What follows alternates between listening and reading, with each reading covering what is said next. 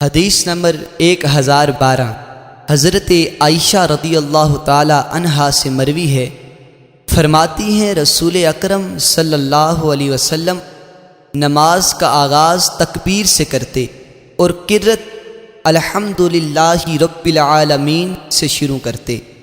جب رکوع فرماتے تو سر انور کو نہ تو زیادہ بلند رکھتے اور نہ ہی زیادہ جھکاتے بلکہ درمیان میں رکھتے۔ جب رکوع سے سر اٹھاتے تو جب تک سیدھے کھڑے نہ ہو جاتے سجدہ نہ کرتے۔ جب سجدے سے سر اٹھاتے تو جب تک سیدھی طرح بیٹھ نہ جاتے دوسرا سجدہ نہ کرتے، اور ہر 2 رکعتوں کے بعد اتحیات آخر تک پڑھتے۔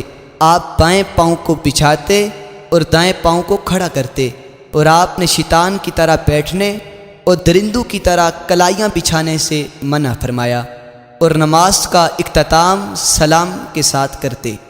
حضرت ابو خالد کی روایت میں ہے، عقب الشیطان کا لفظ ہے، دونوں کا مطلب ایک ہے۔